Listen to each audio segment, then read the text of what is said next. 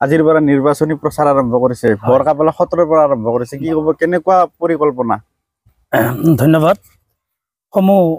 অসমবাসী ৰাইজলৈ মই ৰঙালী বিহুৰ শুভেচ্ছা জনাইছোঁ লগতে আগন্তুক পঞ্চায়ত নিৰ্বাচনৰ আহি থকা ৭৩ নং মধ্য সৰস্বতী গাঁও পঞ্চায়তৰ অন্তৰ্গত ৬ নং বেলবাৰী পথাৰ ৱাৰ্ডৰ পৰা মই সদস্য পদৰ বাবে নিৰ্বাচিত খেলিম বুলি আজি আমাৰ বৰকাপালা সত্ৰ আৰু মহাপুৰুষ শ্ৰীমন্ত শংকৰদেৱৰ মানে ইয়াত বহু কেইবাদিনো থাকি গৈছে এই জেগাখিনিত আমি এটা সেৱা ল'বলৈ আহিছোঁ আমি ৰঙালী বিহুৰ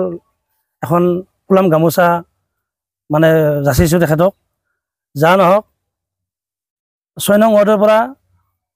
মই সমূহ বয়োজ্যেষ্ঠৰ পৰা জ্যেষ্ঠজনলৈ মই তেখেতসকলক এটা আশীৰ্বাদ লোৱাৰ কাৰণে আজিৰ দিনটোত মোৰ লগৰে স্থানীয় বন্ধুসকলৰ লগতে মোৰ খুৰা ভাইটি ভতিজাসকলৰ লগত লৈ আগবাঢ়িব ওলাইছোঁ আজি প্ৰথম দিন নিৰ্বাচনৰ ক্ষেত্ৰত যা নহওক জ্যেষ্ঠজনৰ আশীৰ্বাদ লোৱাৰ কাৰণে আমি এখন ৰঙালী বিহুৰ সম্ভাষণ জনোৱাৰ কাৰণে এখন ফুলাম গামোচা দিয়াৰ কাৰণে আমি তেখেতসকলৰ ওচৰলৈ দৌৰ ঘৰলৈ যাম কিমান আশাবাদী আপুনি আগতেও এই নিৰ্বাচন খেলি আপুনি জয়যুক্ত হৈ বহু কাম কৰিছিলে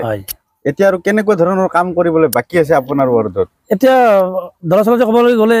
কাম কৰিবলৈ হ'লেতো বহুতখিনি কাম শেষ হৈ নাযায় কামটো শেষ নাই কিন্তু আমি কিমান পৰ্যাপ্ত পৰিমাণে কাম কৰিব পাৰোঁ যদি মই এই ৬ নং ৱাৰ্ডৰ পৰা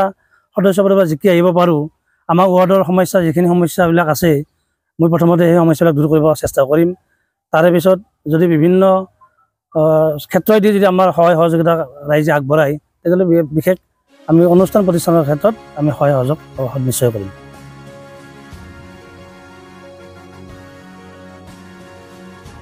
অমৃত প্ৰবাহ